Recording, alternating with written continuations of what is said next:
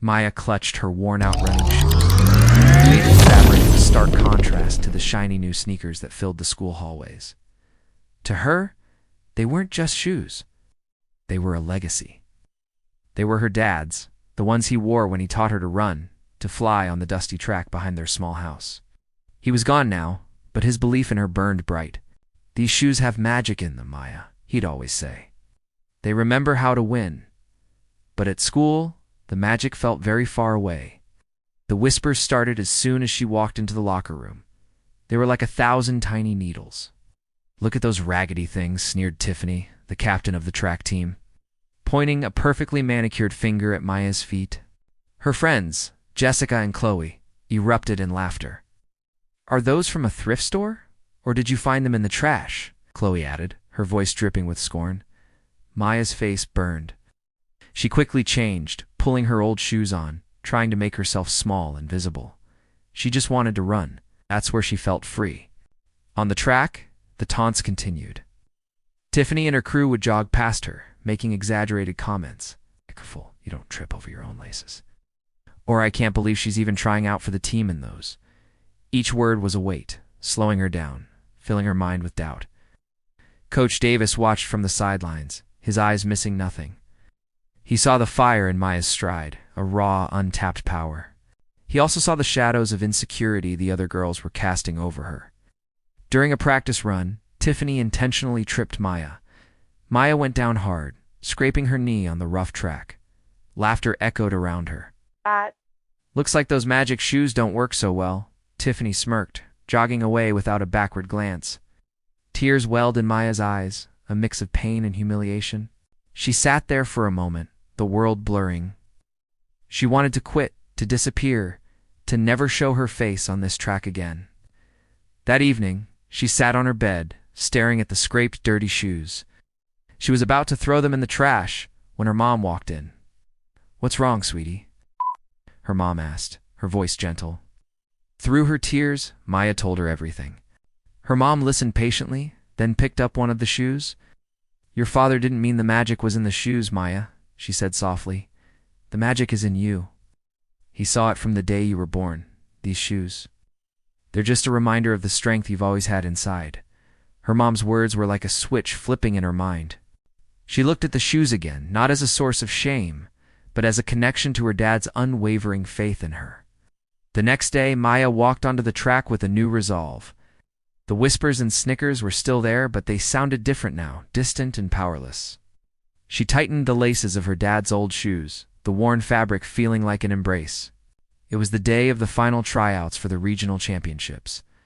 The main event was the 400-meter dash. Maya, Tiffany, and several other girls lined up at the starting blocks.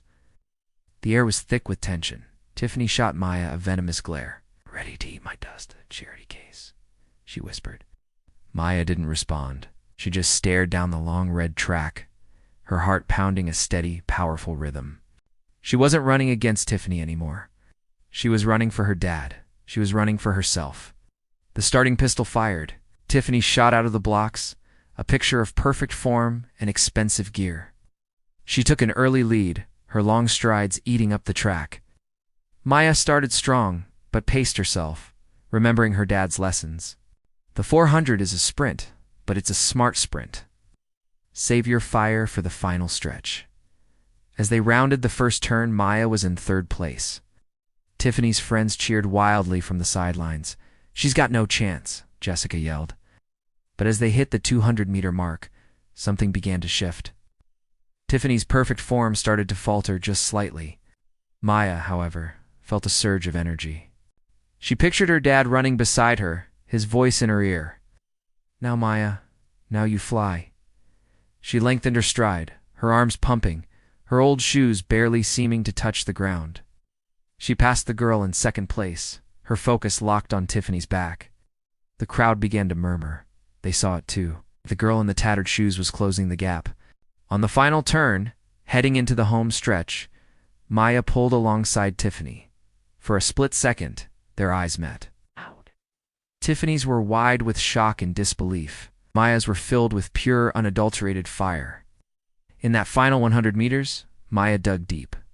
She unleashed everything she had held in reserve, all the pain, all the frustration, all the doubt, turned it into fuel.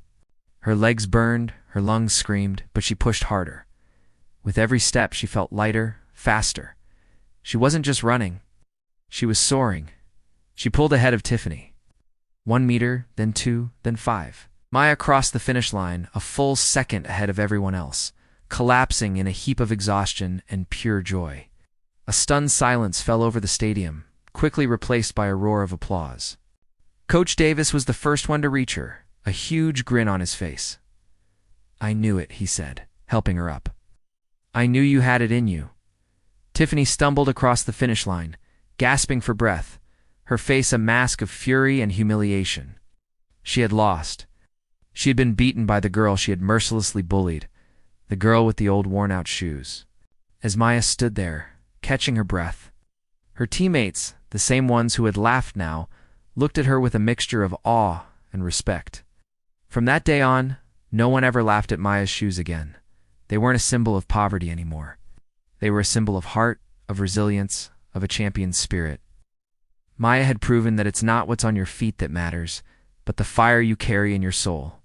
She had honored her father's memory, and most importantly, she had found the magic within herself. Thank you so much for watching. If this story inspired you, please hit that like button and subscribe for more motivational content. We'll see you next time.